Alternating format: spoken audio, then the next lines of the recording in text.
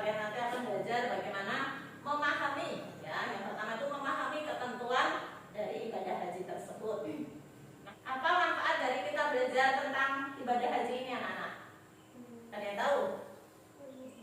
Silakan kalau ada yang tahu tentang manfaatnya adalah kita bisa tahu mengenai pelaksanaan ibadah haji itu seperti apa, atau syarat yang harus dipenuhi orang yang mau naik haji itu seperti apa, begitu ya.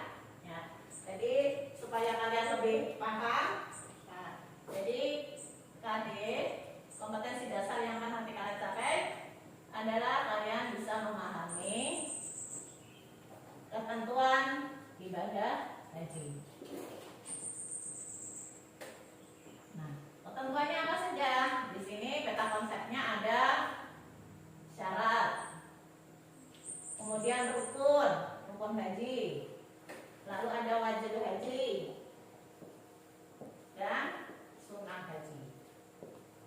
Hari ini kalian nanti belajar beberapa ini, yaitu pertama bisa menjelaskan pengertian dan dalil, menyebutkan dalilnya apa, kemudian menyebutkan syarat dari haji itu apa, lalu rukun-rukun bisa mengurutkan, jadi harus urut ya, karena namanya rukun harus urut, kemudian bisa menguraikan wajib dan sunnah haji.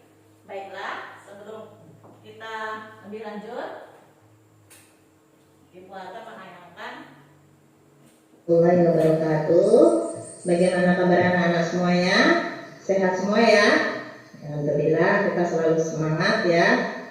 Di musim pandemi seperti ini kita selalu jaga kesehatan dan lingkungan sekitar. Ya, bertemu lagi dengan Ibu pada mata pelajaran Pendidikan Agama Islam dan Budi Pekerti kelas 9 semester 1. Anak-anak, kalian tahu gambar apa ini? Ini adalah Ka'bah ya. Kemudian materi pelajaran hari ini yaitu dahsyatnya persatuan dalam ibadah haji dan umroh. Tujuan pembelajaran pada hari ini adalah diharapkan kalian dapat menjelaskan pengertian, hukum, ketentuan, dan tata cara ibadah haji. Kemudian kita mulai ya. Pengertian haji menurut bahasa, haji berasal dari bahasa Arab, yaitu hajja, yang artinya menyengaja sesuatu. Secara istilah, haji adalah sengaja mengunjungi Ka'bah atau Baitullah untuk melakukan beberapa amal ibadah dengan syarat-syarat yang telah ditentukan. Mengenai dalil nakli tentang haji dan umroh terdapat pada surah Al-Imran ayat 97. Kita baca bersama-sama, yaitu diawali dengan ta'awudz. A'udzu billahi minasyaitonir rajim. Bismillahirrahmanirrahim. Fihi ayatun bayyinatun maqamu Ibrahim wa man dakhalahu kana amina walillahi 'alan nasi hajjul baiti man istata'a ilaihi sabila wa man kafara fa innallaha ghaniyyun 'anil 'alamin. Yang artinya, padanya terdapat tanda-tanda yang nyata, di antaranya maqam Ibrahim.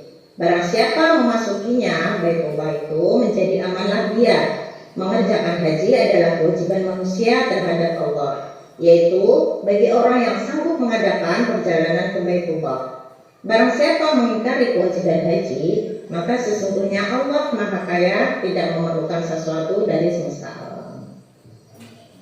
Nah, dari sini kita lebih lanjut mengerti apa yang disebut dengan haji. Kemudian selanjutnya adalah hukum mengenai pelaksanaan haji, yaitu hukumnya apa? Yaitu wajib bagi yang mampu. Mampu di sini diistilahkan dengan mampu dari segi fisiknya, mampu dari segi ekonominya, kemudian mampu secara finansial, psikis, kemudian ada keamanan, ada transportasi yang menjamin ke sana dan pulang, dan juga beberapa hal teknis lainnya. Macam-macam haji. Jadi haji dibagi menjadi 3. Yang pertama ifrad. Haji ifrad itu pelaksanaannya didahulukan haji dahulu baru kemudian umroh. Haji yang kedua adalah tamattu, yaitu pengertiannya umroh dahulu baru kemudian haji. Sedangkan yang ketiga adalah haji qiron. Qiron artinya mengerjakan haji dan umroh secara bersama-sama. Nah, seperti ini ya tampilan mengenai keadaan pelaksanaan haji yang ada di kota Mekah. Dan beberapa ketentuan mengenai ibadah haji. Yang pertama adalah syarat wajib haji. Syarat wajib haji pengertiannya adalah sesuatu yang harus dipenuhi dalam melaksanakan ibadah haji. Apa saja? Yang pertama adalah Islam, kemudian kedua baligh, 3 berakal sehat, kemudian 4 merdeka, yang kelima mampu. Seperti yang dijelaskan tadi ya, mampu dalam hal fisik, finansial, kemudian ada kendaraan yang menjamin. Ketentuan yang kedua adalah rukun haji. Rukun haji pengertiannya adalah perkara yang harus dilakukan dalam melaksanakan ibadah haji. Jika tertinggal salah satunya, maka ibadah hajinya tidak sah dan harus mengulang di tahun-tahun berikutnya. Apa saja rukun haji itu? Yang pertama ihram disertai dengan niat. Yang kemudian kedua wukuf. Wukuf itu artinya berdiam diri yang berada di padang Arafah pada saat tergelincirnya matahari di tanggal 9 Dzulhijjah sampai pada terbitnya matahari di tanggal 10 Dzulhijjah. Kemudian ketiga tawaf. Tawaf artinya mengelilingi Ka'bah sebanyak 7 kali putaran dan berlawanan arah jarum-jarum. Rukun haji yang keempat yaitu sa'i. Sa'i artinya berlari-lari kecil dari Bukit Sofa menuju Bukit Marwah. Kemudian tahallul. Tahallul itu mencukur rambut minimal 3 helai. Nah, yang keenam adalah tertib. Artinya rukun haji tersebut dilakukan secara berurutan dari awal sampai akhir. Ketentuan yang lain adalah mengenai wajib haji. Pengertian wajib haji adalah yang lain yaitu mengenai sunnah haji. Sunnah haji untuk tugas kelompok. Silakan dibagi kelompok setiap orang 2 ya. Bisa sebelahnya atau di belakangnya. Silakan bergabung dengan temannya. Karena untuk tugas kelompok seperti ini ya, jadi ada beberapa hal yang kalian amati nantinya. Kelompok 1, kelompok nurul yaitu mengenai pengertian haji dan dalilnya ya. Jadi kalian nanti mencari dari beberapa sumber dari buku ataupun dari tayangan yang Ibu sampaikan tadi. Kelompok 2 tentang pengertian menjelaskan syarat haji dan rukun haji. Nah, yang ketiga Aisyah ya.